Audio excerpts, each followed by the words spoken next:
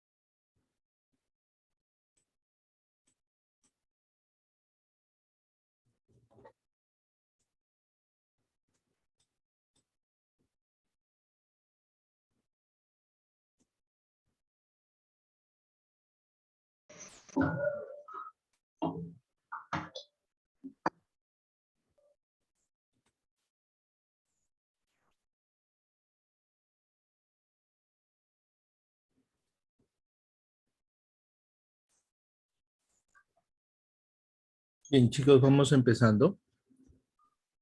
Bien, ¿logran ver bien mi presentación? ¿Sí? Sí, doctor. Sí, doctor. Bien, jóvenes, hoy día vamos a complementar la clase de la semana pasada que estábamos hablando sobre terapia de analgésicos y antipiréticos. Si bien hemos adelantado algunos eh, analgésicos, antipiréticos y antiinflamatorios de tipo no esteroideos, lo hemos dicho con que tienen mucho uso para el tratamiento del dolor y también el tratamiento de la fiebre.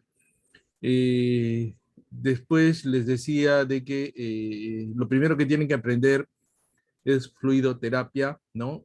La indicación de los sueros, el suero fisiológico, la solución salina, la glucosa al 5%, saben para qué sirve el agua destilada, que no debe de administrarse en forma directa, calcular el goteo, etcétera. Y después en la clase pasada hemos hablado sobre algo que es, digamos, harto utilizado, mal usado, hay veces, o que en ocasiones ustedes mismos a estas alturas ya de sus estudios que ya están avanzados, deberían de conocer cómo es el tratamiento de los analgésicos y de los antipiréticos. Igual pasa con los AINES y hoy vamos a hablar básicamente sobre AINES y hablar sobre inflamación. La inflamación, tanto aguda como crónica, se asocia a un sinnúmero de enfermedades en medicina, en cirugía, en trauma, etcétera. Y además la inflamación se asocia casi siempre a dolor, ¿no? Y el uso de los antiinflamatorios no esteroideos, también los corticoides, es decir, los esteroides, son de amplio uso, muchas veces de mal uso en la práctica cotidiana, ¿no? Además, juntos con otros analgésicos, hay esa mala costumbre que tenemos de la automedicación. Están a la cabeza, ¿no? Son características de inflamación. También vamos a ver los típicos signos de Celso, que lo vamos a ver, ¿no? Bien, en términos generales, casi todas, en todas las especialidades y la medicina se resume a casi, diría yo, el 60-70% de las patologías relacionadas con este problema de la inflamación. Y si es que yo preguntara a muchos de ustedes, ¿por qué se produce la inflamación? Es probable de que ya no se acuerden de sus clases de fisiopatología, de bioquímica, de los mediadores de la inflamación, ¿no? Esto es algo un poquito terroso, digamos, hablar sobre los fosfolípidos, el ácido araquidónico, ¿no? Los peróxidos, los radicales libres de oxidación, los leucotrienos, las prostaciclinas, las prostaglandinas y los tromboxanos, ¿no? Y sí lo he escuchado, doctor, pero ya ni me acuerdo, ¿no? Y hay la necesidad, pues, de conocer estos aspectos para conocer cómo, digamos, poder tratar. Como les decía, casi el 70-80% de las enfermedades tienen algún componente de inflamatorio. Vimos en la clase de fluidoterapia la distribución de los líquidos y vimos que tenemos tres espacios básicamente de distribución. ¿Cuáles eran esos, chicos? Los espacios. ¿Se acuerdan? ¿Nadie se acuerda? El más voluminoso.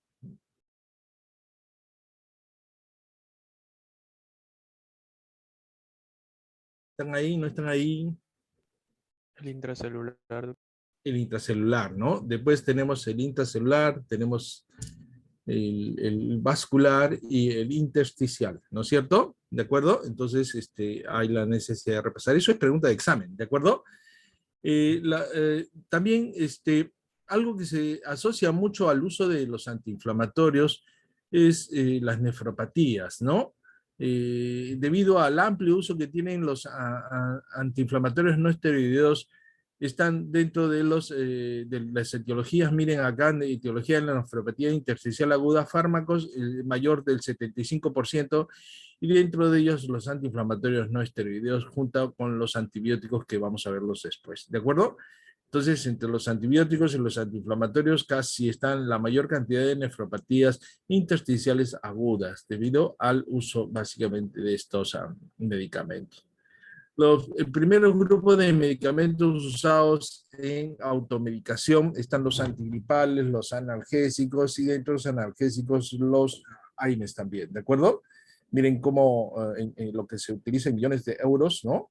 La cantidad de dinero, ¿no? Y por países, imagínense, en los Estados Unidos es indudablemente la mayor cantidad de automedicación en el mundo, ¿no? Básicamente, indudablemente nosotros somos una población más pequeña, pero no es que acá en esta lista porque no se dé, ¿no? Simplemente porque, en fin, no apreciamos. De los analgésicos es lo que más se consume, ¿no? De los AINES, ¿de acuerdo? Los antibióticos, las vitaminas, etcétera, etcétera, etcétera, ¿no? ¿Ven? Acá también, ¿no? Clase terapéutica, analgésicos, antiinflamatorios, casi el 73.3% de medicamentos simultáneamente tomados, ¿no?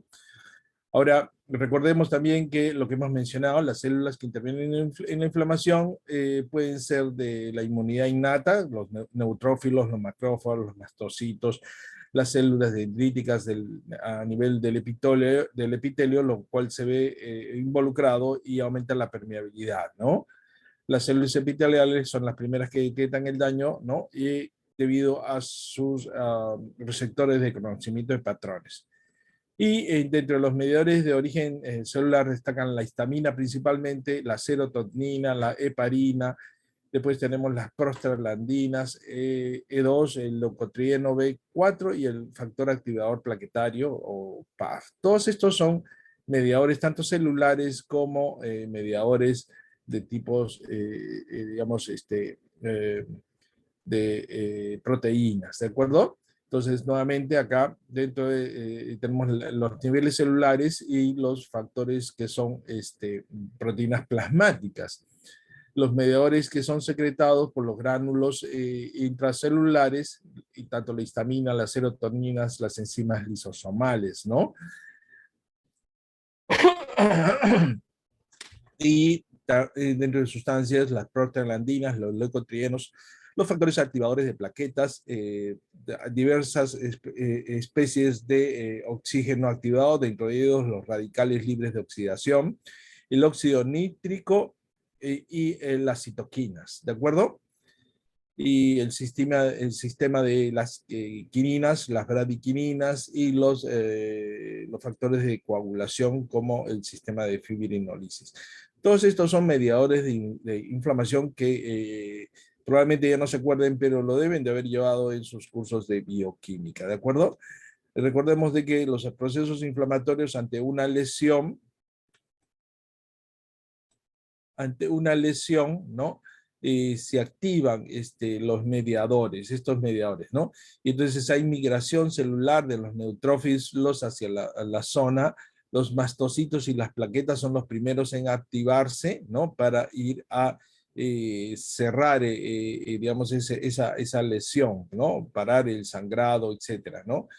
Y los macrófagos que van fagocitando las bacterias, estos de acá activan las citoquinas y se inicia la reparación de los tejidos mediante todos estos mediadores que también, si es que repasamos los procesos de cicatrización, también están involucrados acá, ¿de acuerdo?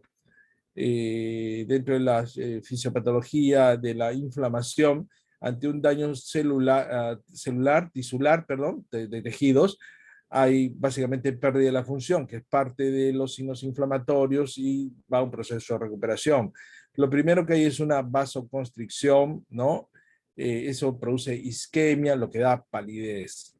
Hay ruptura del endotelio, se liberan fosfolípidos de la membrana y las prostaglandinas y los mediadores químicos, lo cual causa dolor. Recordemos que el dolor es un mecanismo de defensa, ¿no?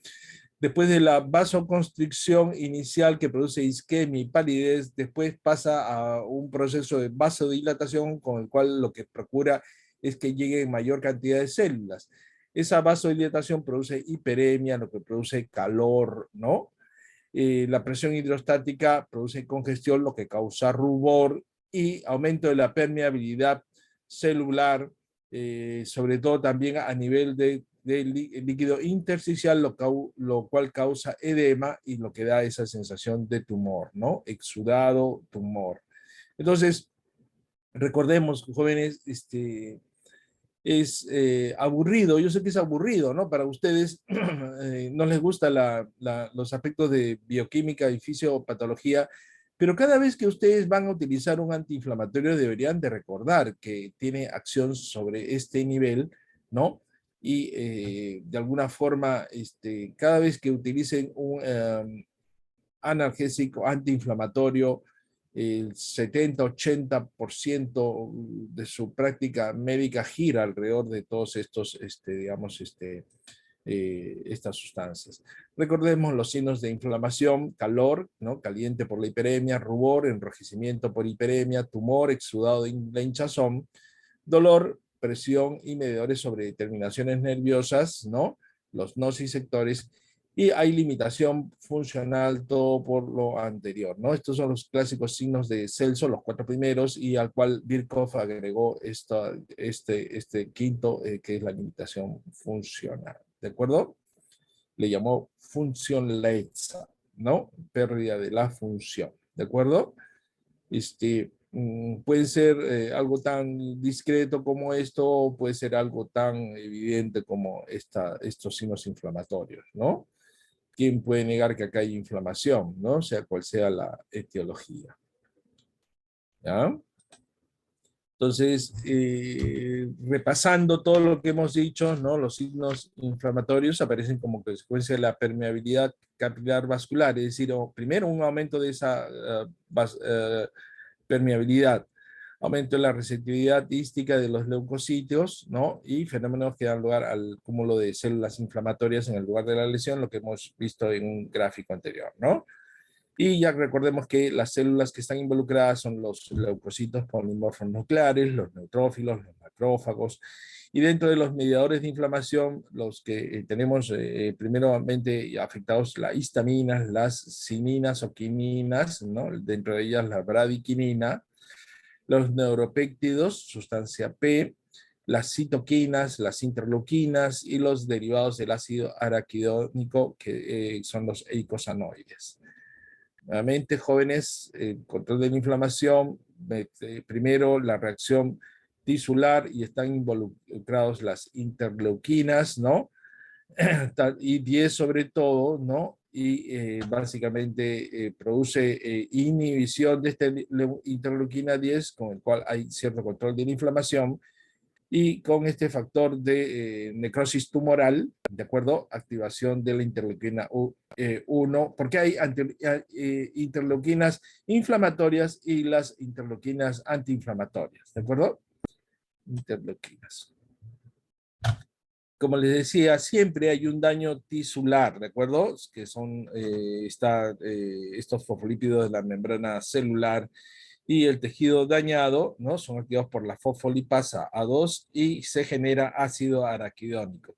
Y esto es importante, ¿no? Porque la activación de este ácido araquidónico va a derivar en la formación de estos mediadores inflamatorios, ¿de acuerdo? Y es justo acá donde toda la clase se centra, ya que los inhibidores de tanto del COX-1 como del COX-2, que son justamente la clase del día de hoy, la ciclooxigenasa 1 y la ciclooxigenasa 2, van a actuar justamente sobre esta enzima, ¿no? Que se encarga del ciclo inflamatorio. A la clase del día de hoy, que es relativamente corta, puesto que ya hemos avanzado en la clase anterior parte de estos de acá, ¿no? Hoy nos vamos digamos, a ahondar en estos antiinflamatorios. No hemos hablado nada de esto en la clase pasada por tratar de ser prácticos y que básicamente aprendan el uso de los analgésicos y de los antipiréticos. Hoy esto sí de repente parece un poco más una clase de farmacocinética, de farmacodinamia, pero no los voy a ahondar mucho, a aburrir mucho en este campo. Y nuevamente acá tenemos la ciclooxigenasa 1, y esta ciclooxigenasa 1, jóvenes, básicamente tiene receptores sobre el estómago, el intestino, el riñón, las plaquetas. Entonces los antiguos antiinflamatorios eran inhibidores básicamente no selectivos y tenían acción sobre esta ciclooxigenasa 1 y sobre esa ciclooxigenasa 2. Entonces, la ciclooxigenasa 1 es por eso que los antiinflamatorios tradicionales afectan el estómago, producen, digamos, lesión en el epitelio del intestino, en los riñones, afectan los riñones y tienen cierta acción antiplaquetaria. ¿De acuerdo? Y de aquí vienen las úlceras, el ardor de estómago con el uso de los antiinflamatorios, y podría haber cierto sangrado a nivel de intestino, pero ¿qué resulta? De que se ha descubierto que esta acción sobre el intestino de cuenta grueso sobre todo hace que se descamen o caigan y hayan caídas ¿cómo se llama? De células del epitelio, con el cual hay cierto efecto benéfico sobre los pólipos del intestino, sobre todo grueso.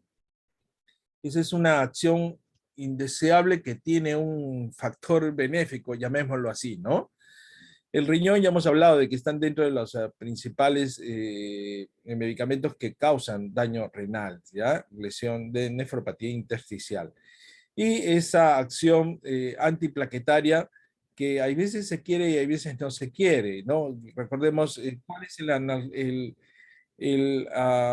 analgésico, antiinflamatorio, antipirético que se utiliza como antiagregante plaquetario, chicos. Aspirina. Aspirina, ¿no? La aspirina, exactamente.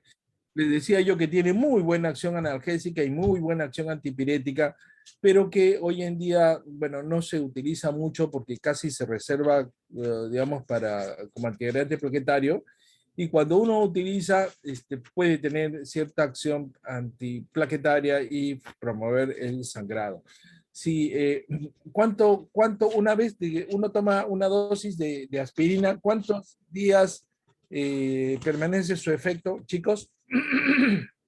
Ya llevaron hematología, ¿sí? O cardiología, les debe haber enseñado.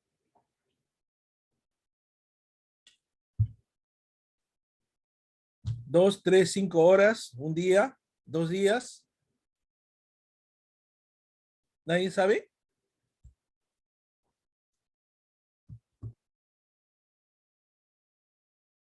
Hasta 7 días, jóvenes. Pregunta de examen. Está bien, está bien. Perfecto. Y la ciclooxigenasa 2, ¿no? Produce inflamación, dolor, fiebre, proliferación celular sobre el riñón, pero los inhibidores antiguos, digamos, llamémoslo así, ya de primera generación, los AINES, bloquean, tienen acción sobre ambas, ¿de acuerdo? En cambio, los modernos o AINES selectivos, los selectivos COX-2, no tienen acción sobre el estómago, el intestino o tienen poca acción, llamémosle así, ¿de acuerdo? Básicamente regulan el inhibidores del COX-2, ¿de acuerdo? Y entonces, básicamente con esto de acá, lo que se descubrió es de que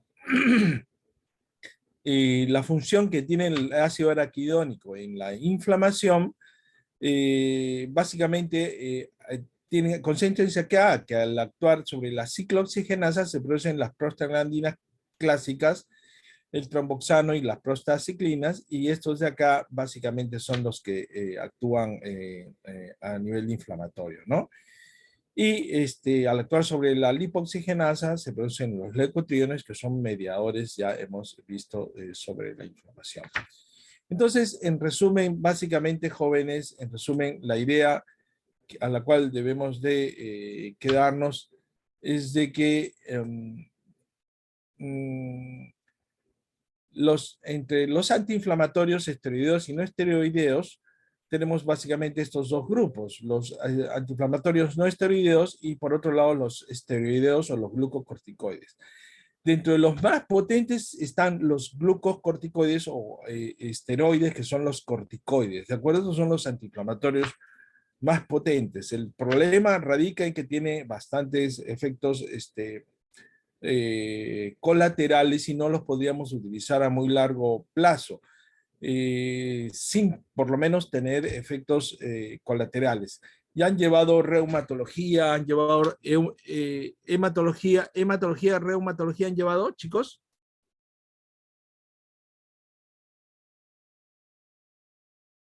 Tarinka, ¿estás por ahí? ¿Llevaron? No llevaron.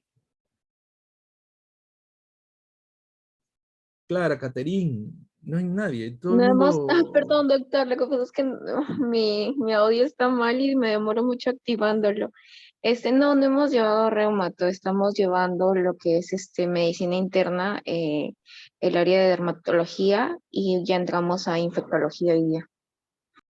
Hematología, Hemato sí, hemato, ya. ¿Cuál es el tratamiento de un PTI? Chicos, un voluntario, ¿qué es el PTI? Primero, ¿se acuerdan? ¿Nadie? La púrpura Púrpura, trombocitopénica trombocitopenia idiopática. y Así, la púrpura trombocitopénica idiopática. ¿Cuál es el tratamiento?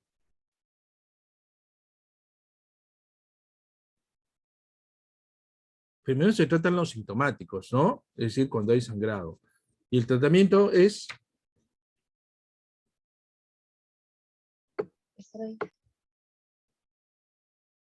Nadie. Pucha, que ya me imagino lo que van a hacer con mi curso. No sé. Corticoides, pues chicos, corticoides. Y el efecto secundario en los pacientes con PTI con tratamiento de corticoides es síndrome de Cushing. ¿Qué es el síndrome de Cushing? Tampoco, no le dan.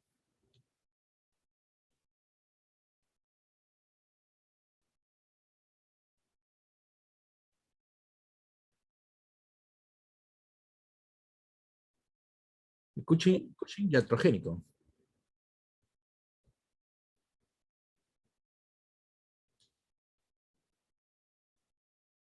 Chicos, qué esperanza me dan ustedes.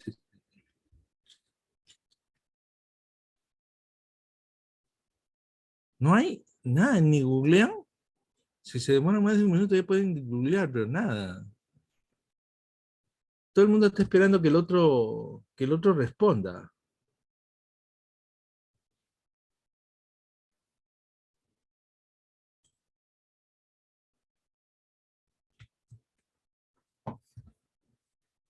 Yo creo de que hasta ahora lo que yo he hablado es piedra. O sea, si no saben lo que es un síndrome de Cushing, si no han recibido, ¿cómo les podría decir?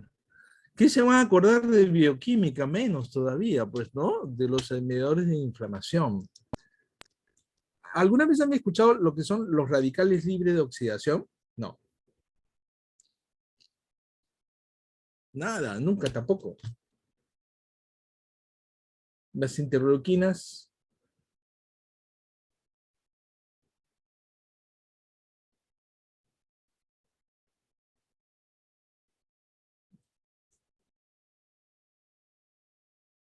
Chicos, les voy a tomar nota. Creo que todo esto, el examen no va a ser terapéutico, el examen va a ser bioquímica, creo, ¿ah? ¿No? Sí, les voy a poner los mediadores de inflamación.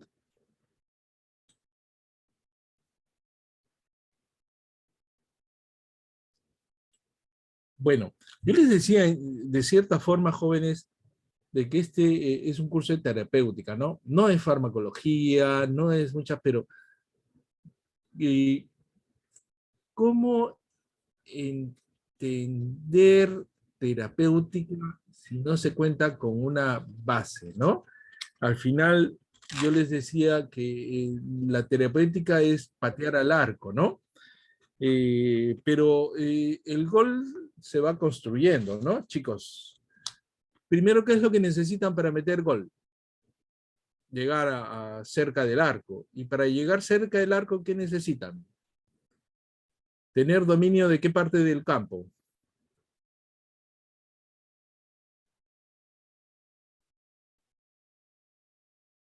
Nada. ¿Para qué sirve Advíncula, jóvenes? ¿Para qué sirve Zambrano?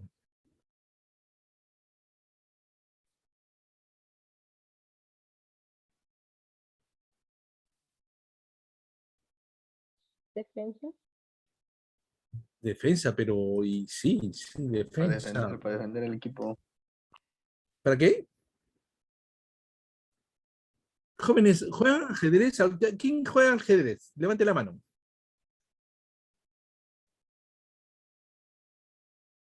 ¿Y para qué? Adriana, perfecto. Adriana, la primera parte de los movimientos, ¿en qué consiste para jugar ajedrez? ¿Qué es lo que quieres tú en el primer momento? Mover los peones. Bueno, ver los peones, pero ¿qué es lo que quieres dominar? Establecer la posición al tablero. Allá más de la mitad ¿Qué parte del de... tablero te interesa? El centro. El centro. El centro del tablero, es decir, quien domina el centro no es que vaya a ganar la partida, pero sí tienes buenas posibilidades, ¿no es cierto? Claro. Esa es la base para lanzar todo tu ataque, exactamente, eso es así. Igualito sucede con el fútbol. Necesitan ustedes dominar el mediocampo, ¿de acuerdo? Tener la pelota y dominar el mediocampo, ¿no? Lógico, hay otra forma en la cual el contraataque, pero de todas maneras necesitan dominar, tiene que pasar la pelota por el mediocampo. Igual, jóvenes, que ustedes quieren terapéutica, ser buenos médicos prescriptores. No puede ser de que la visitadora médica que tiene bonitas piernas sean quien les enseña a ustedes a prescribir una medicina, jóvenes. Eso no puede ser así. Tienen que tener una base, un sustento. Y ese sustento son los conocimientos. Y ustedes, ahorita el doctor Giracata se ha tirado un rollo que nadie ha entendido porque piensa que de repente las bases en bioquímica están bien y uno se va estrellando con esa realidad, ¿no? Ya, bueno, dentro del sistema podríamos decir, no, los chicos no tienen la culpa, es el sistema. Bueno, echémosle la culpa siempre al sistema. Siempre alguien tiene que tener la culpa menos nosotros, ¿no? Pero eso es porque estamos acostumbrados justamente a pasar los cursos y después al anticlip y mandarlos a la papelera, ¿de acuerdo? Entonces, bueno, vamos a seguir porque no voy a solucionar el problema de la educación en esta clase, ¿no? Vamos a lo práctico, en todo caso. Ese ya es como, mañana es el partido de fútbol y no me voy a poder a dictar las bases, ya tenemos que ir a lo práctico, ¿no es cierto? ¿Ya? Bueno, sigamos, chicos. Vamos a ver. Los esteroides o corticoides son los antiinflamatorios más poderosos, ya lo hemos mencionado. Ahora, en esta clase no voy a hablar sobre corticoides porque en la próxima clase que vayamos a tratar sobre las reacciones anafilácticas, digamos, y el shock anafiláctico, las reacciones adversas, a medicamentos, vamos a hablar sobre los corticoides, hemos reservado. Para esta clase básicamente lo que queremos tratar es los antiinflamatorios no esteroideos, de los cuales estoy segurísimo que ya lo han visto a lo largo de los cursos que han llevado. Es decir, no puede haber un curso en el cual no hayan utilizado ustedes ibuprofeno, naproxeno, piroxicam, meloxicam, todos los cicanes y los Copzip, ¿no? Casi entonces de alguna manera lo han tratado, ¿de acuerdo? Entonces, básicamente los corticoides, como les decía, su uso se limita a dos situaciones: tratamiento de enfermedades crónicas inflamatorias dentro de esos casi muchas incurables, ¿no? El lupus eritematosos sistémicos, artritis reumatoidea, y también está el PTI, que no, es decir, la púrpura trombocitopénica idiopática, y situaciones de urgencia o emergencias, ¿no? Como son los shock anafilácticos, otras reacciones de hipersensibilidad, como vamos a ver en la próxima clase. De los AINES, de los antiinflamatorios no esteroideos, los hay unos con mayor acción analgésica y antipirética, como lo que hemos visto en la clase pasada, y otras con mayor acción antiinflamatoria, que es lo que nos interesa en esta clase. Uno con mayor efecto gastrolesivo y otros con mayor daño renal vascular, como ya se los mencioné ahorita, que son los inhibidores de la COX-1, y otros menos lesivos sobre la mucosa gástrica y el daño renal, entre comillas, porque sí tiene, son los COX-2, que son los más modernos, ¿de acuerdo? Que son los más modernos. Entonces, esta clase vamos a tratar los inhibidores del COX-1 y del COX-2, básicamente. ¿Qué es el COX-1 y el COX-2? ¿Qué es el COX, chico? Ya se lo mencioné. La ciclooxigenasa, ¿no? ¿Ya? Entonces, la ciclooxigenasa es la enzima clave en la síntesis de las prostaglandinas. Y a través de la oxidación del ácido araquidónico, ¿no? Las prostaglandinas realizan tanto funciones relacionadas con la homeostasis de diversos órganos, como con el dolor, la inflamación y también el desarrollo de neoplasias. Hoy en día se sabe de que muchas de las neoplasias, muchos de los tumores, tanto benignos como malignos, se deben a que el sistema de vigilancia que tenemos en el organismo no son capaces de controlar el crecimiento, digamos, desordenado de ciertas células. Entonces, tiene que ver también esto con el desarrollo de neoplasias, ¿de acuerdo? Entonces, dentro de ellos, básicamente, se habla pues de la ciclooxigenasa, la síntesis de prostaglandinas, el desarrollo de tumores. Ahora, la ciclooxigenasa posee pues dos isoformas enzimáticas, tanto el COX-1 como el COX-2. Jóvenes, aquí está prácticamente el entendimiento de la clase de hoy. El COX-1 se expresa en la mayor parte de tejidos, sobre todo en las plaquetas, la mucosa gástrica y la vasculatura renal. COX-1, pregunta de examen. Y la mayoría de los efectos adversos de los AINES se produce por inhibición de la COX-1, es decir, antiagregante plaquetario, gastritis, daño renal.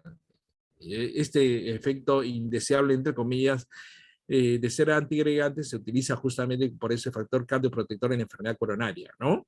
¿De acuerdo? Entonces, como muchas cosas en medicinas, hay veces se descubren cosas así accidentales, ¿no? Digamos. Y ahora, el COX-2, inducida en los lugares en los que existe inflamación, producen prostanoides implicados en esta respuesta inflamatoria, que es justamente también son mediadores. Y tienen menos, digamos, presencia en la mucosa gástrica, en el daño renal y como antiagregante plaquetario. Entonces, en resumen, el COX-1 produce gastritis, daño renal, vascular y antiagregante plaquetario, y el COX-2 tiene menor daño renal, vascular, menor daño de la mucosa gástrica, menor acción antiagregante plaquetario. ¿De acuerdo? Ese es lo que vamos a tratar el día de hoy. ¿Y por qué? Porque quisiéramos nosotros un analgésico, antipirético, antiinflamatorio que sea ideal, que uno le pueda dar al paciente y no le cause ningún daño, ningún problema, no le termine con los riñones, no le produzca gastritis, etcétera, etcétera, etcétera. Eso por el momento todavía no existe, aunque no creo estar tan lejos de que llegue ese momento. ¿De acuerdo? Pero por el momento eso es lo que tenemos. ¿De acuerdo? Entonces, los efectos clínicos de los AINES, básicamente, que tengan acción analgésica, acción antiinflamatoria y que tengan acción antipirética.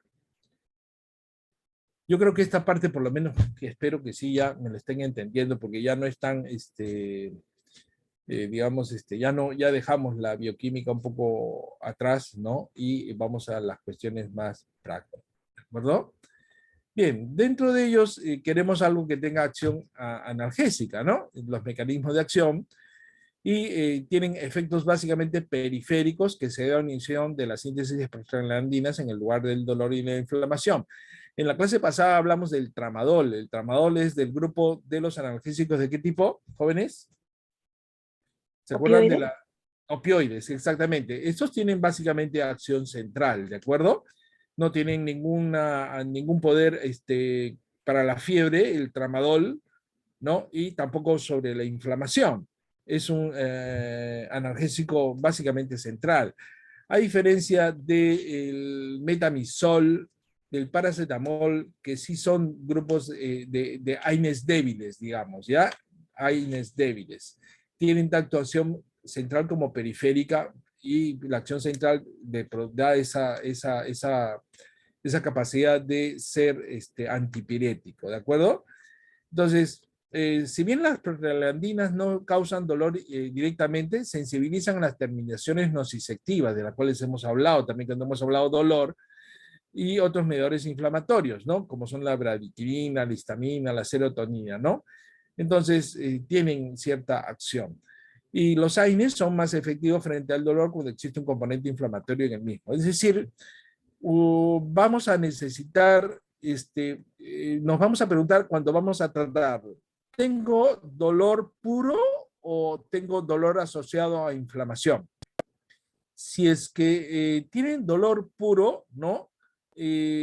Básicamente hay que utilizar analgésicos, pero cuando sospechan que tienen un dolor que es secundario a un componente inflamatorio, entonces es muy probable que necesiten utilizar más un AINES que un analgésico puro o una combinación de AINES con analgésicos. En la clase pasada que hemos hablado sobre el tratamiento del dolor y la cuestión de escalas, en el primer nivel están básicamente los analgésicos puros y los AINES. En el segundo nivel van los, ¿cómo se llaman? Los opioides débiles, ¿no? Y les decía de que se pueden utilizar mezclas de estos analgésicos.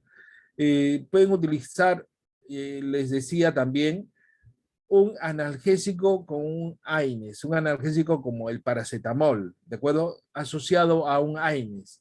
Ustedes dirán, pero doctor, el paracetamol también tiene cierta acción antiinflamatoria. Sí, pero es muy débil.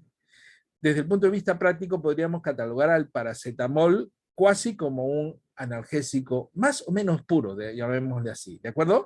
El metamizol también es un antiinflamatorio muy débil. Entonces, pero podríamos combinar paracetamol con ibuprofeno. ¿Les mencioné eso? O paracetamol con naproxeno, también les mencionaba, ¿no? Chicos, ¿se acuerdan? ¿No se acuerdan? ¿Dije? Sí, No, no doctor. lo Sí, dije. sí lo Sí, mencioné, Sí, doctor. nos doctor. dijo. Claro. Lo que no estaría bien mezclar es dos AINES juntos, se da cuenta, ibuprofeno con naproxeno. Eso sería una bomba para el estómago, ¿de acuerdo? Es decir, dos analgésicos, dos antiinflamatorios, sí no es lo usual. No mezclen ibuprofeno con diclofenaco, de cuenta, sería una bomba para el estómago. Pero sí se puede mezclar paracetamol con diclofenac. ¿Listo, chicos? ¿Sí? Sí, ¿Me doctor. están Sí, entendiendo, no es doctor. cierto? Sí, doctor. Bien. Entonces, cuando van a utilizar un AINES, básicamente pregunten, ¿hay inflamación? No hay inflamación. Son un pequeño componente analgésico de los AINES, son consecuencia de su acción central, como esto les decía, ¿ya? Entonces, estos AINES, poca acción sobre el sistema nervioso central, ¿ya? A diferencia del paracetamol, que sí actúa, tiene acción central también, por eso su acción sobre la fiebre. Acción antiinflamatoria, mecanismo de acción también, ya le hemos dicho, pero las prostaglandinas producen vasodilatación, aumento de permeabilidad, edema durante la reacción inflamatoria. Los AINES tienen todo lo contrario, ¿ya? La inhibición de síntesis de prostaglandinas pues reduce tanto la permeabilidad vascular, ¿no? Y el edema, ¿no? El edema, ¿por qué se produce en jóvenes? El edema, ¿dónde se concentra el líquido? Espacio intersticial.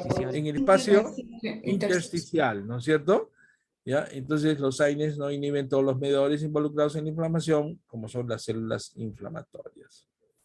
Y les decía yo que el frío local aplicado sobre la zona localmente inflamada es potente agente vasoconstrictor, sobre todo en los traumatismos, lo cual reduce la generación de edemas. ¿De acuerdo? Bien. Y la acción antipirética, ¿no? Durante la fiebre, los leucocitos liberan pirógenos inflamatorios, que son componentes de interleuquina 1, y tiene acción sobre esta interleuquina 1, ¿ya? Producen aumento, la interleuquina 1, dentro de la respuesta inflamatoria, aumenta la temperatura corporal, ¿no? Y se piensa que este efecto está mediado por aumento justamente de las prostaglandinas, ¿no? Y aquí es donde actúan los antiinflamatorios, ¿de acuerdo? Bien, entonces dentro de los antiinflamatorios no esteroideos tenemos los no selectivos, COX-1, COX-2, tradicionales, convencionales, los antiinflamatorios no selectivos, ¿no? Y la aspirina, el acetaminofén o paracetamol, la indometacina, el ibuprofeno, el naproxeno, que es lo que básicamente hemos tratado, el Sulindac, el diclofenaco, el piroxicam, el meloxicam, el cetoprofeno. Básicamente lo que se utiliza más es el acetaminofén, ibuprofeno, naproxeno, diclofenaco. Se utiliza el piroxicam, pero el tenoxicam, el meloxicam, pero no mucho ya en la práctica, debido a los efectos colaterales, y han sido superados por este grupo de acá. Pero en reumatología todavía tiene importante uso los piroxicanes, ¿de acuerdo? ¿Ya? Entonces, y de estos de acá nos quedamos básicamente con la aspirina, el acetaminofén o paracetamol, el ibuprofeno, el naproxeno y el diclofenaco. Y de los que vamos a aprender, jóvenes, el día de hoy, básicamente, tenemos a los COPSIP, ¿ya? Dentro de ellos dos, básicamente, el Celecoxib y el Etoricoxib, ¿de acuerdo?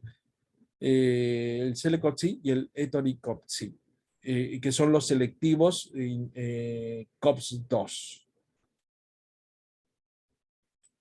Dentro de la clasificación de los AINES ya hemos visto lo derivado del ácido acético, dentro de eso es la aspirina, ¿no? Los indolacéticos, la indometacina, famoso hace muchos años, se utiliza básicamente en reumatología, ¿ya? Los pirrolacéticos, en el cual se utiliza el ketorolaco. El ketorolaco todavía se utiliza, ¿de acuerdo? El ketorolaco. Los fenilacéticos, el diclofenaco, que también se utiliza bastante. La nabumetona, que no se utiliza mucho, de acá los derivados del ácido enólico, los perioxicanes, ya hemos hablado en reumatología, ¿no? Y los inhibidores del COX-2, acá el Celecoxib y el Etoricoxib, ¿de acuerdo? El Etoricoxib. Y la clasificación de los AINES según la capacidad de inhibición de la ciclooxigenasa, ¿de acuerdo? Ya les decía, los inhibidores potentes tanto del COX-1 como del COX-2. Recuerden que esto produce gastritis, mayor daño renal, y tiene acción y potencia antiinflamatoria, ¿no? Inhibidores potentes, la aspirina, los piroxicanes, el diclofenaco, ketorolaco, ibuprofeno, etc. Los inhibidores débiles del COX-1 y COX-2, como el paracetamol. Entonces tiene muy poca acción antiinflamatoria. Los altamente selectivos, COX-2, el cual el Celecoxib y el Etoricoxib. Y los inhibidores COX-2 parcialmente selectivos, como son los meloxicanes, ¿de acuerdo? Bien, entonces, los inhibidores de la ciclooxigenasa 2, que son los llamados los COPSI, son antiinflamatorios no esteroideos eficaces también como el ácido acetilsalicílico, pero con menores efectos secundarios. Y esto es quizás uno de los avances, diríamos, ¿no? Grandes en la búsqueda de ese antiinflamatorio con menor acción de daño gástrico sobre todo, ¿no? Y renal. Yo diría que entre los dos, hoy en día, mayor problema es el daño renal, puesto que generalmente utilizamos inhibidores de bomba de protones como el omeprazol, ¿no? El esomeprazol para proteger el estómago. Pero el daño renal sí se produce, ¿ah? ¿De acuerdo? Entonces, bien. Y los AINES de uso para manejo del dolor, básicamente que esta clase ya hemos hablado, tenemos el ibuprofeno, el naproxeno, el diclofenaco, hemos hablado del ketorolaco, el ketoprofeno y el dexketoprofeno. Estos productos se vienen en presencia de vía oral y endovenoso, y el ketoprofeno también y el dexketoprofeno también por vía parenteral, sobre todo de uso endovenoso. El diclofenaco no es para uso endovenoso, es para uso intramuscular. El ketorolaco sí se puede utilizar en forma endovenosa. Vamos a hablar y repetimos la clase pasada, jóvenes.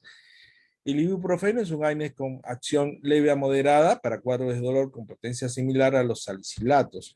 Su poder analgésico tiene un tope máximo y aumentar la dosis no aumenta el efecto. Entonces, la dosis habitual del ibuprofeno es 400 miligramos bioral y se puede repetir cada digamos, 8 horas, básicamente 6 a 8 horas. Vienen en tabletas de 200 y 400, ¿de acuerdo? Dosis máxima en adulto 3.2 gramos por día, en niños 50 miligramos kilogramos día, ¿no? Y es un muy buen antipirético, sobre todo utilizado en niños. En los Estados Unidos se utiliza más ibuprofeno, ¿de acuerdo? Entonces, la dosis habitual en adultos es de 200 a 400 cada 6 a 8 horas, vía oral. Recuerden siempre decirle al paciente que puede provocar ardor de estómago. Entonces, háganle la historia clínica. Si es que es un ulceroso, historia de sangrado, no utilicen AINES. Otra precaución es que no se debería de utilizar ibuprofeno en los hipertensos, ¿ya? Porque es ibuprofeno básicamente sódico, en forma sódica. Entonces, la cantidad de sodio no hace muy bien el uso de ibuprofeno en los pacientes hipertensos.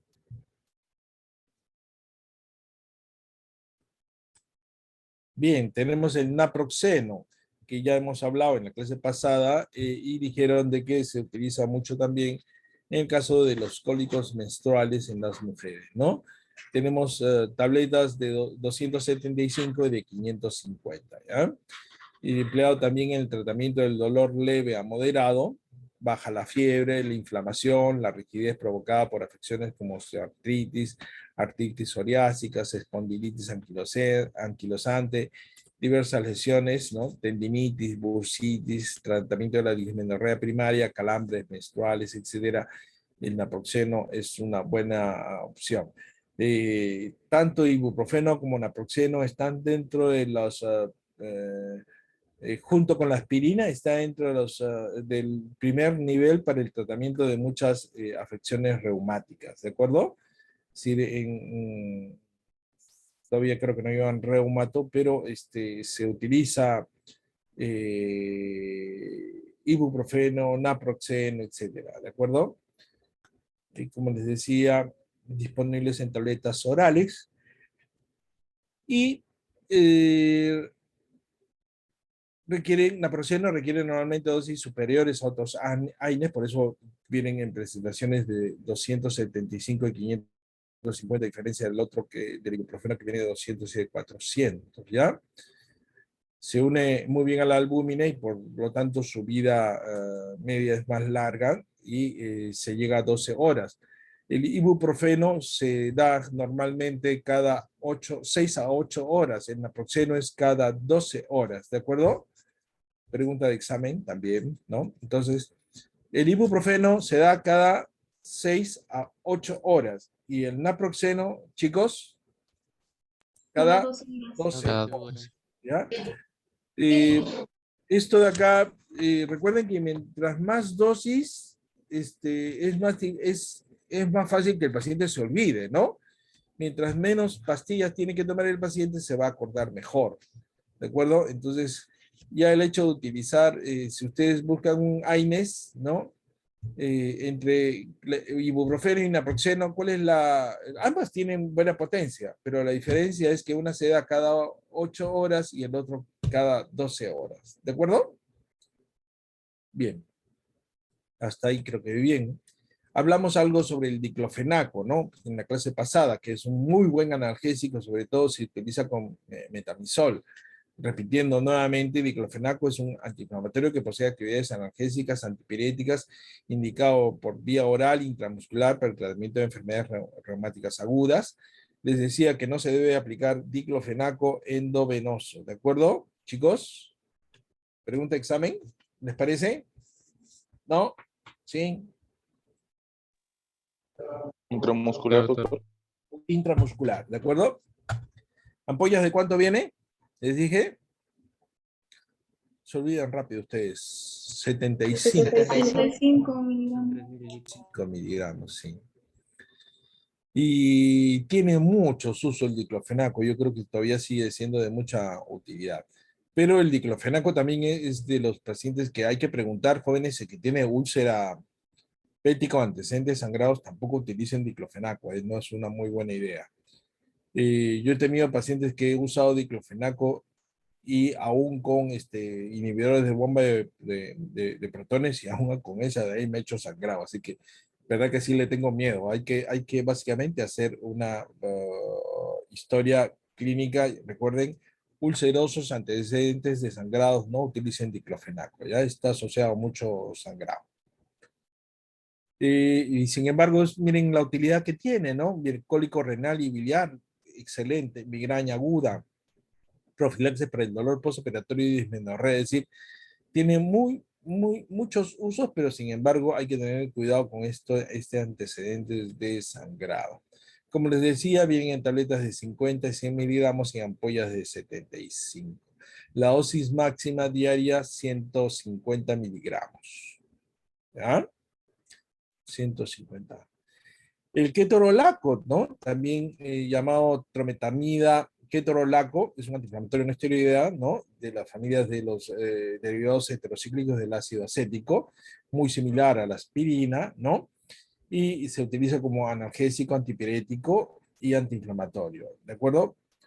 Vienen también por vía oral y por vía de ampollas que sí se puede utilizar en forma endovenosa, ¿no?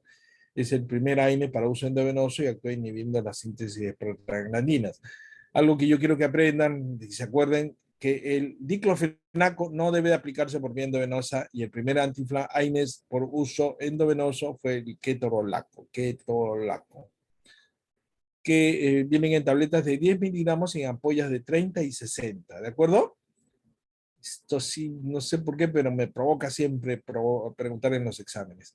El ketorolaco, tabletitas de 10, ¿de acuerdo? Y las dosis básicamente es 10 miligramos cada 12 horas a lo máximo. En cambio, las ampollas vienen de 30 y 60. Las de 30 para uso endovenoso, las de 60 mejor para uso intramuscular, ¿ya? Hay que usar por corto tiempo, hay alta incidencia de sangrados gastrointestinales también con el uso de ketorolaco.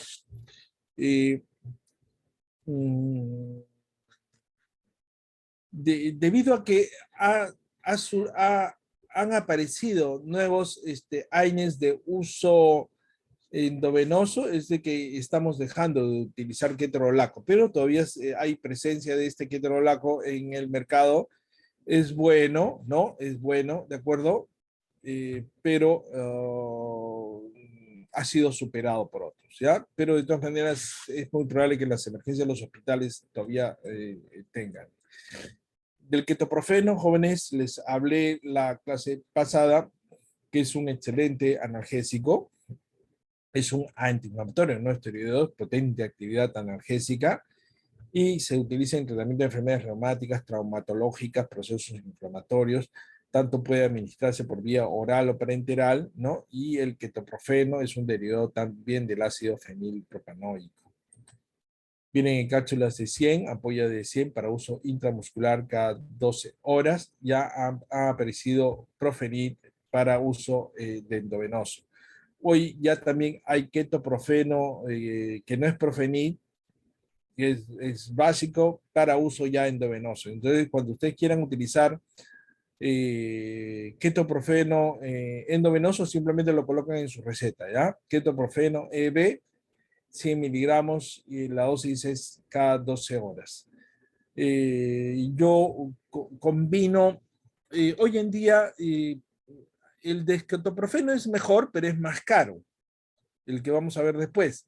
El ketoprofeno es un poco más barato. Entonces, si yo opero a un paciente y tiene mucho dolor, generalmente lo que utilizo es metamisol, 2 gramos endovenoso cada 8 horas, y le doy ketoprofeno endovenoso cada 12 horas, 100 miligramos. Hace poco operé a la mamá de una exalumna mía que ya es pediatra, ¿no? Y le hice un corte bastante grande porque tenía un tumor suprarrenal. La incisión era bastante grande y la he dejado con triple analgesia: metamisol, ketoprofeno y tramadol. ¿De acuerdo? Con eso logré una muy buena analgesia. La paciente con una buena incisión se ha podido movilizar sin ningún problema, ¿ya? Entonces, ¿qué es lo que utilicé? Metamisol, 2 gramos endovenoso cada 8 horas. Ketoprofeno endovenoso cada 12 horas y tramadol subcutáneo 50 miligramos endovenoso subcutáneo cada 8 horas. ¿Me están entendiendo, chicos? Sí, doctor. Sí, doctor. Y además le puse omeprazol para que no vaya a sangrar también, ¿de acuerdo? Entonces, lo que están viendo es de que se pueden combinar, ¿de acuerdo? Varios productos, pero hay que saberlos combinar, pues no van a, aunque hoy en día, pues, en un plato de comida le meten los 7 colores, pero eso no es digamos, no es que puedan hacer ustedes un 7 colores de analgésicos y colocarle cualquier analgésico que se le ocurra a ustedes a un paciente. Hay que saber qué cosa combinan, ¿de acuerdo? Entonces, ya hay analgésicos que están, combinaciones que están probadas que se pueden utilizar. ¿De acuerdo? Bien. Y les decía yo acerca del dexketoprofeno, ¿no? Que es el primo hermano del ketoprofeno y que vienen en tabletas recubiertas de 25 y en ampollas de 50 miligramos. Este es mejor analgésico que el anterior. Por el momento, el nombre es QTS, tabletas de 25 y ampollas de 50 miligramos. Este se da cada 8 horas, de 8 a 12 horas, ¿de acuerdo? Máximo 150. Y es un muy buen analgésico, mejor que el ketoprofeno, pero sí es más caro, ¿ah? ¿De acuerdo? Es más caro. Entonces, ya ven, ustedes en terapéutica no simplemente es cuestión de que ustedes receten algo al paciente, sino que tienen que cerciorarse de que si lo puede comprar, ¿no? O no. Entonces ahí no pueden darle a una persona en un hospital de Minsa que con la justa ven ustedes de que tiene para digamos, pagar los exámenes, la pobre mamá con un niño en brazo y el otro hijo que está ahí al costadito, no le van a pues, recetar dexketoprofeno, ¿no? Entonces ustedes tienen que utilizar su inteligencia, sus conocimientos de terapéutica para saber cuál es el mejor esquema analgésico que pueden darle a ella y que sea efectivo, ¿de acuerdo? Entonces, todo eso es el arte de la terapéutica. En farmacología no les interesaba a ustedes el precio ni nada de esas cosas. En cambio, terapéutica sí requiere de ese conocimiento, ¿de acuerdo? Entonces, recordemos de que si bien en los libros norteamericanos no se usa el metamisol, sin embargo, en nuestro medio utilizamos metamisol, es nuestro caballito de batalla en la terapia analgésica. Casi la mayoría de dolores agudos con 2 gramos de metamisol endovenoso en un Volutrol aplicados en 20 minutos casi calman la mayoría de dolores y si algunos no los calma en su totalidad, probablemente sí reduzcan al 50%, ¿de acuerdo? Si es que tienen un dolor muy grande, me llega un cólico renal a la emergencia, rápidamente el doctor Hiracata le dicen, háganle una vía, colóquenle un diclofenaco intramuscular y colóquenle 2 gramos de metamizol. Estoy seguro que casi el 80% de los pacientes va a calmar el dolor y en muchos va a reducir a la mitad. Si es que aún con todo eso de ahí tiene algo de dolor, le podría agregar tramadol, ¿de acuerdo? Tramadol. No sé si hasta ahora me están entendiendo, chicos. Sí, doctor. Sí, doctor. ¿Ah? Entonces tomen nota, ¿ya? Porque, ¿qué pasaría pues si ahorita están escuchando la clase ustedes en la casa, carambas, ¿no? Empieza alguien con un dolor, con un cólico renal, ya por lo menos saben qué cosa hacer, ¿de acuerdo? Si lo van a colocar metamizol, yo he visto colocar metamizol con el paciente sentado o el paciente ahí parado, ¿no? El metamizol produce hipotensión, chicos, se les puede desmayar el paciente. Siempre que coloquen metamizol, acuesten a su paciente, ¿de acuerdo? Acuesten, pues no se les vaya a desmayar ahí. Bien, yo ocasionalmente tengo a veces ciertos dolores y antes de entrar con dolores a la operación, de repente me aplico un metamizol con un diclofenaco intramuscular, pero las malas costumbres me gustan que me coloquen más sentado, ¿no? Pero ya pues varias veces me han colocado, menos mal, no me ha pasado nada. En fin. Y bien, vamos ahora a hablar sobre 2 medicamentos que sí es de repente lo que sí es novedad.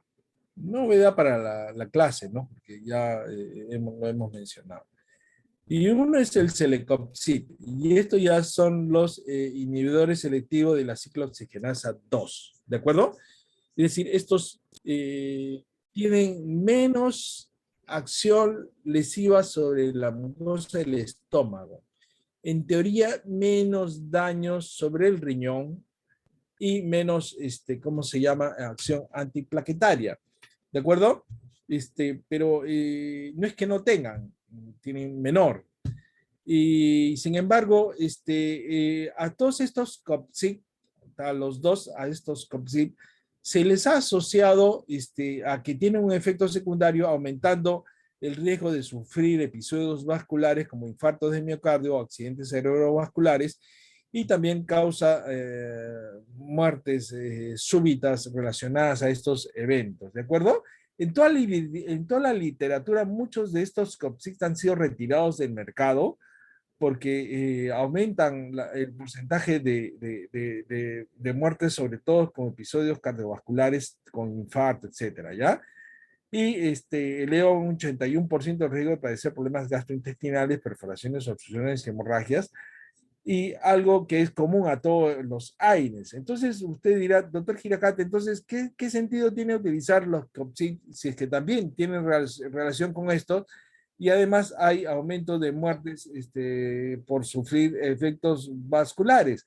El hecho es de que los otros antiinflamatorios, los selectivos, no selectivos, COX-1, también los tienen. También los tienen.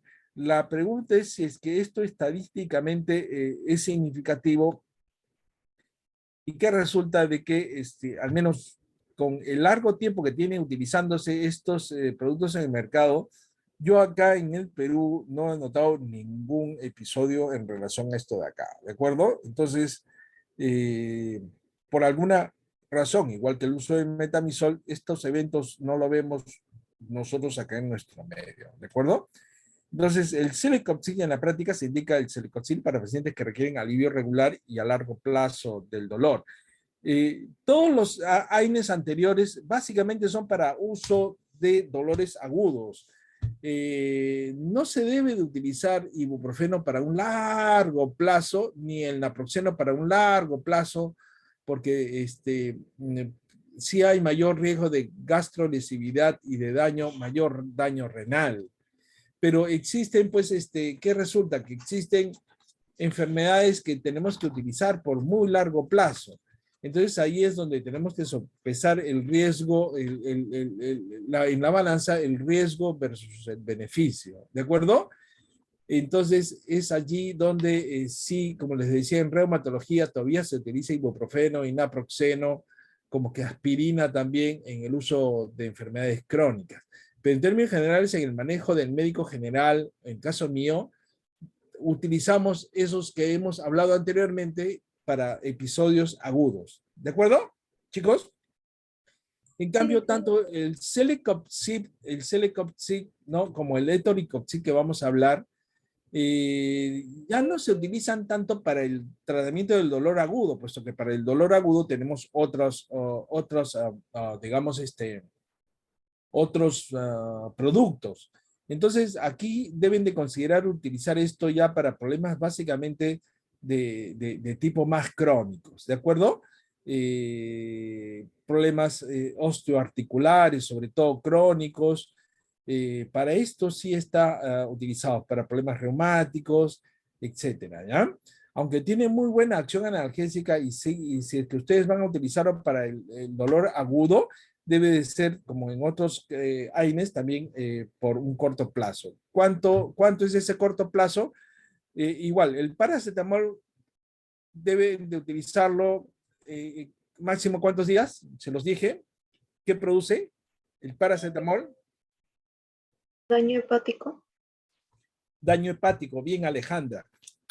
Daño hepático. Y no hay que utilizar paracetamol seguido por más de ¿cuántos días? 7 días. Una semana, dijo. 7 días, una semana, ¿de acuerdo? Acuérdense, más o menos lo mismo sucede con, para el dolor agudo, el celecoxib es bueno, pero no debe utilizarse generalmente por más de 10 días. ¿De acuerdo, chicos?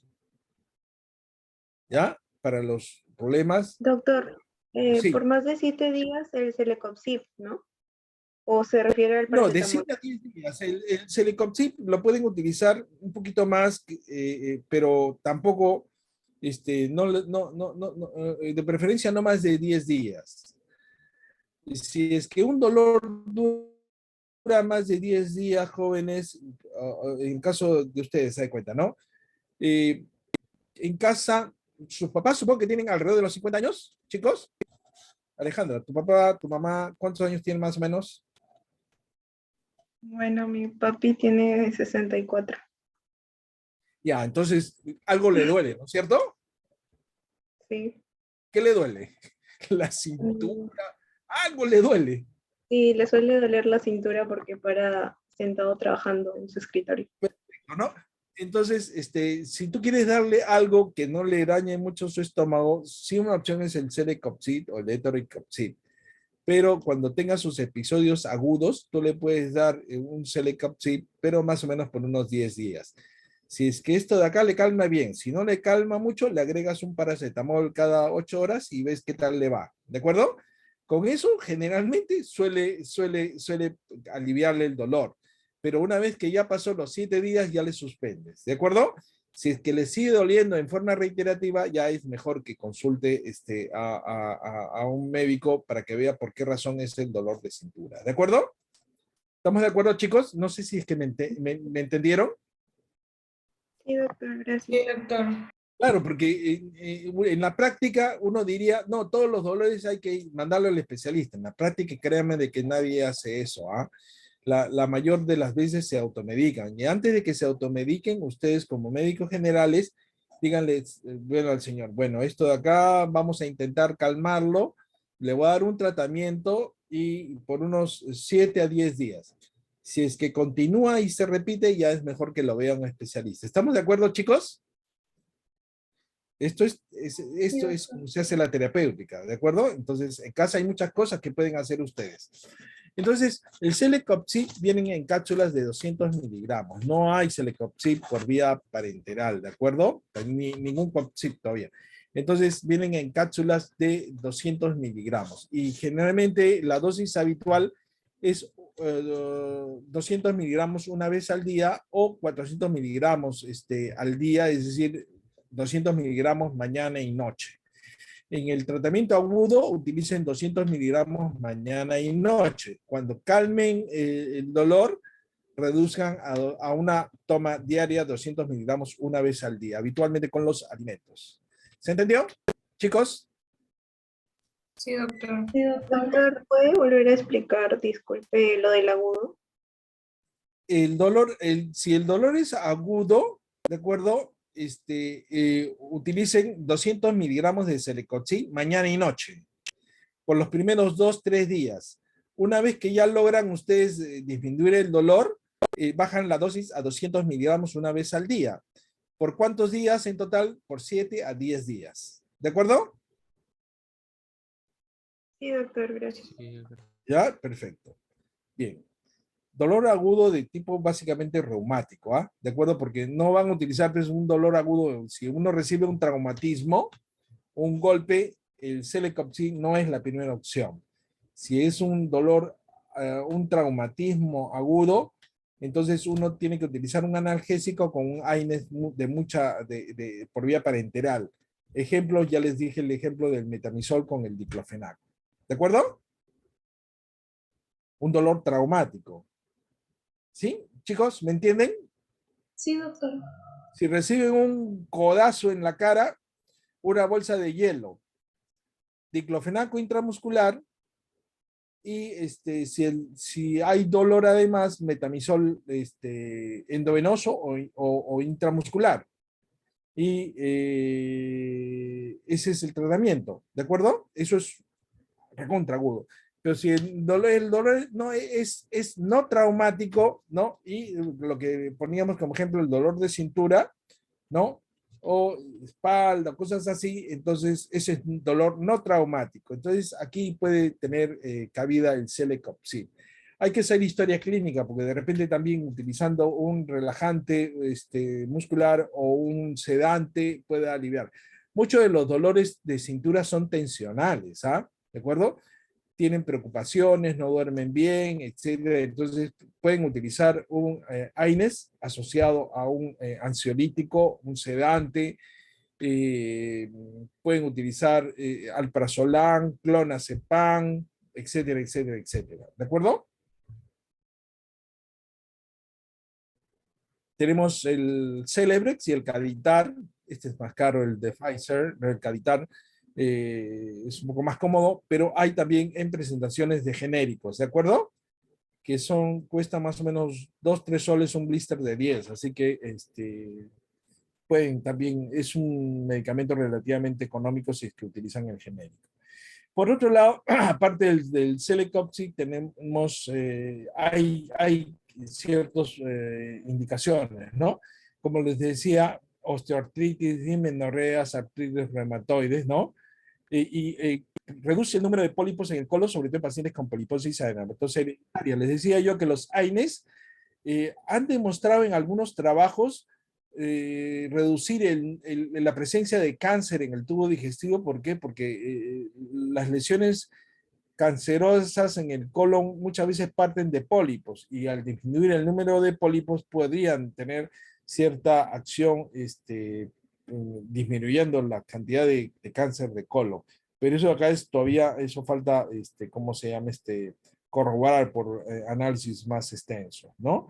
Y como les decía también, si bien hay problemas básicamente de riesgo, miren lo que les decía yo, ¿no? En julio de 2015, el FDA aumentó las advertencias sobre los ataques al corazón o problemas cerebrovasculares que pueden causar antiinflamatorios no esteroideos, excepción de la aspirina. Sin embargo, como les decía, en realidad esta conclusión ha sido puesta en duda por otros análisis.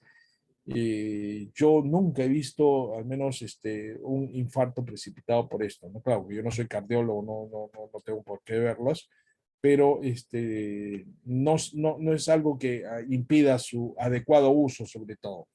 Por otro lado, el Etoricoxib, que es la ventaja, a diferencia del Celecoxib, que podríamos utilizar 1 a 2 veces al día, el Etoricoxib sí es de dosis única, ¿de acuerdo? Es un Coxib más moderno que el anterior, ¿ya? Es un inhibidor selectivo también, ¿no? 106 veces más selectivo ¿no? Que de la COX-2 que de la COX-1, es decir, produce menos daño sobre el estómago, ¿no? Y sirve para el tratamiento de la artritis reumatoidea, artritis psoriática, osteoartritis, muchos problemas son osteoartrosis de rodilla también, dolor lumbar crónico, dolores agudos y la gota, ¿no? Entonces acá el famoso dolor lumbar crónico, ¿ya? Entonces también igualito también los efectos cardiovasculares, ¿no? Aparentemente están aumentados, pero la misma recomendación están en los libros, sobre todo norteamericanos, pero verdad que, repito, no lo solemos ver en nuestro medio. Ahora, la ventaja del etoricoxib vienen en dosis de 60, 90 y 120, ¿de acuerdo? A diferencia del celecoxib que vienen en dosis de 200, nada más. El etoricoxib de 60 y 90 para los dolores crónicos, para ese dolor de cintura, de espalda, etc. Y para los dolores agudos, la presentación de 120 miligramos, ¿de acuerdo? Entonces tenemos tabletas de 60, 90 y 120, y a diferencia del celecoxib, dosis única por día. Normalmente jóvenes vienen así en estas presentaciones. Arcopsia es el nombre comercial del etoricoxib de 60, el de 90 y el de 120. Si ustedes ven el etoricoxib de 120, generalmente viene en cajas de 7 tabletas, básicamente para el tratamiento completo, que no debería de ser más de 7 días. ¿De acuerdo?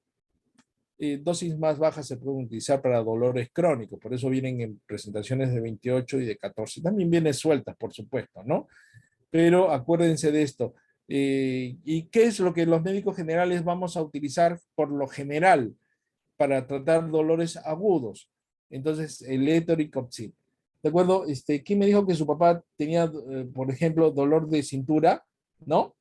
Pueden utilizar Caditar, es decir, celecoxib, o mejor, como diría el paisano, más mejor, utilizar etoricoxib por 7 días, de 120 miligramos.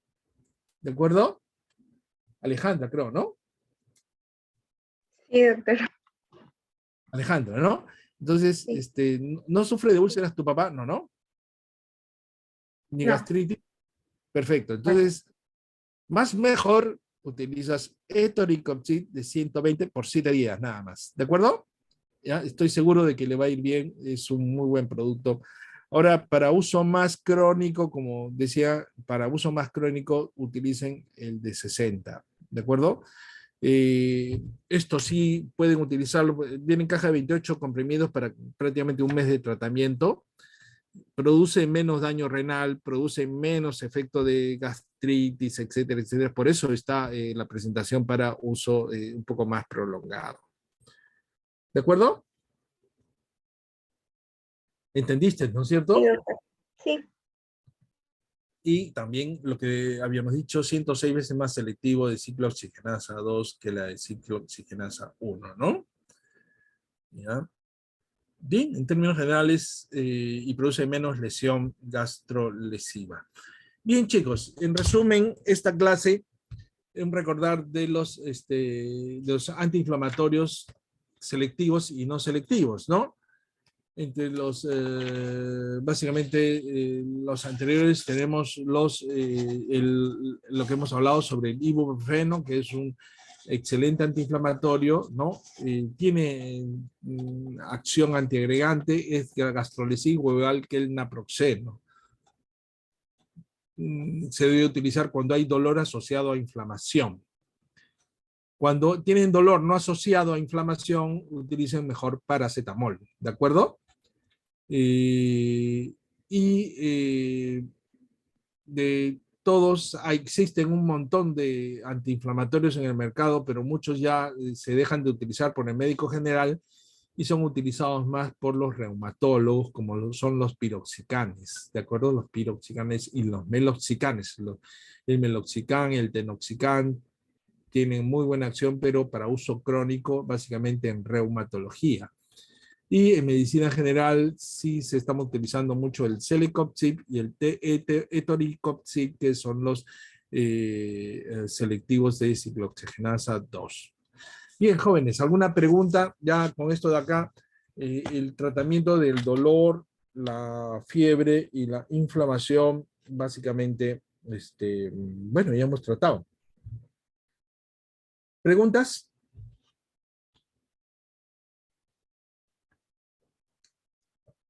Lo que requiere de repaso. Doctor, y para administrar lo que son los medicamentos, ¿usted recomienda antes, después o con comidas? Los AINES en términos generales se recomiendan con alimentos, ¿de acuerdo? ¿Por qué? Porque los COP-CIP no es que estén exentos de lesiones gástricas, sino tienen mucho menos acción gastrolesiva que los otros, ¿de acuerdo? Son 106 veces más selectivos, pero no quiere decir que no tengan acción. En términos generales, hay que dar después de alimentos, con el estómago lleno, básicamente. ¿Ya? Está bien, doctor. Bien, jóvenes, esto es, primero, manejo agua, y segundo, analgésicos, antipiréticos y AINES, eso es lo que deben ¿cómo se llama?, de aprender como médicos generales. Ya al final vamos a terminar el curso con los antibióticos, no todos, por supuesto, pero sí un buen grupo de revisión de antibióticos, con los cuales pues prácticamente el 70-80% de la práctica médica la estarían haciendo ahí. Y ya después quedan los antihipertensivos, los antidiabéticos, pero básicamente terapéutica es el manejo adecuado primero de las situaciones agudas. En la próxima clase vamos a ver estos productos no están exentos de un riesgo aparte del daño sobre el estómago, los riñones, es de que muchos de estos se asocian a reacciones adversas a medicamentos y sobre todo alergias, ¿de acuerdo? Vamos a ver el tratamiento en la próxima clase.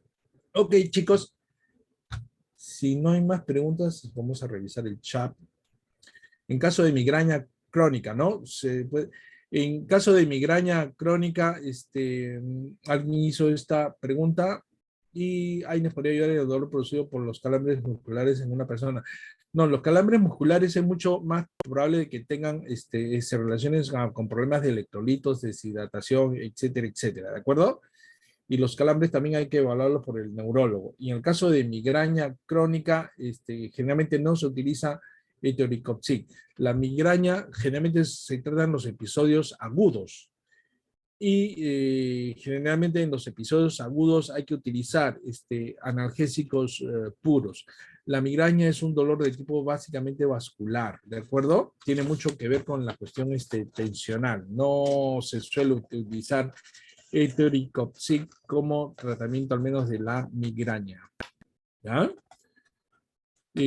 Acabo de operar a una paciente de la vesícula con migraña y me hizo una migraña tremenda, pero me decía que con 2 gramos de metamizol se le pasaba, y verdad que se le pasaba con el metamizol, ¿no? Pero no se suele utilizar los COPSIP en migrañas crónicas, ¿ah? ¿De acuerdo? Y requiere evaluación neurológica para ver, utilizar otro tipo de medicamentos, ¿ya? ¿Sí? Bien, chicos. Ok, tengo clases de cirugía, los voy dejando. Nos vemos, hasta luego. Gracias, Buenas doctor. tardes, doctor. Muchas Gracias, gracias. doctor. Gracias, doctor. Hasta luego.